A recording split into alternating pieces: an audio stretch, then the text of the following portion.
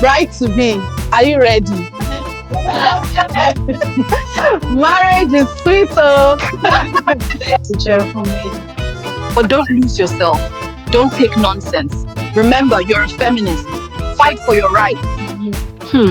But isn't marriage about love, respect, even submission? Submission, Kay. That's old-fashioned. But God's design is mutual honor, not competition. And you're serious? Exactly. No. She must stand her ground. No.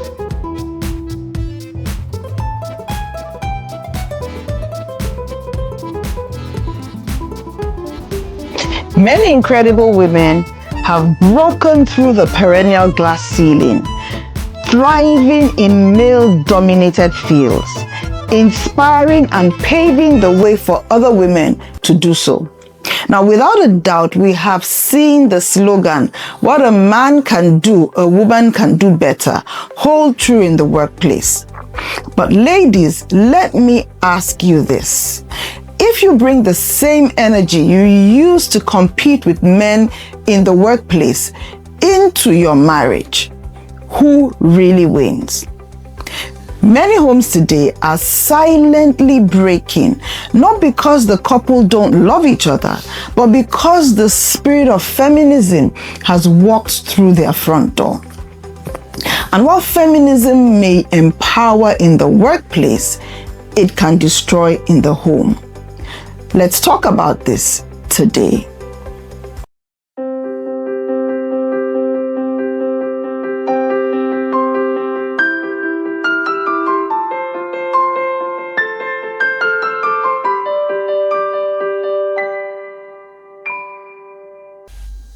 Welcome back to my channel. My name is Taya Luko, as always.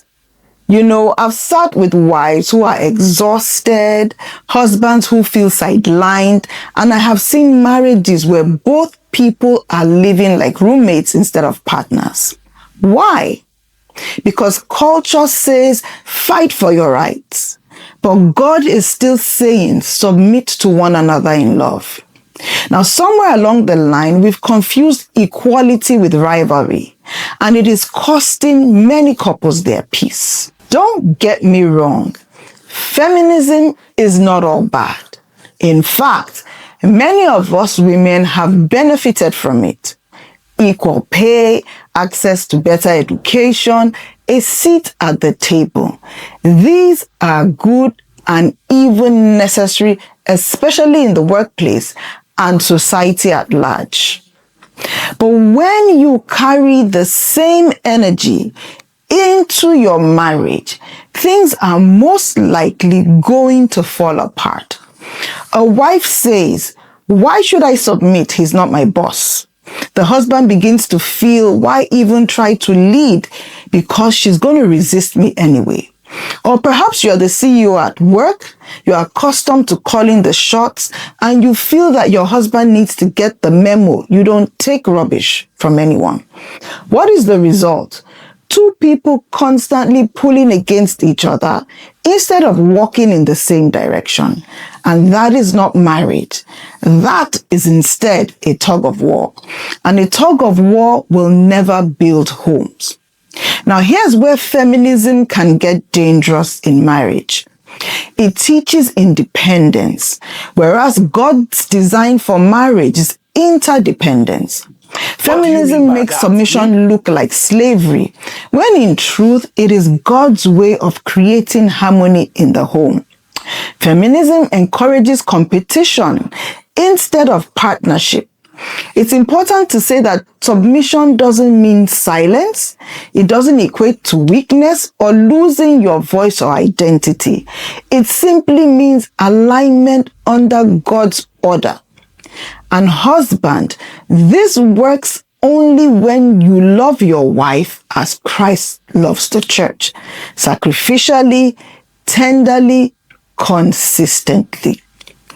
Now, it's important to know that God didn't design marriage for two alphas fighting for control.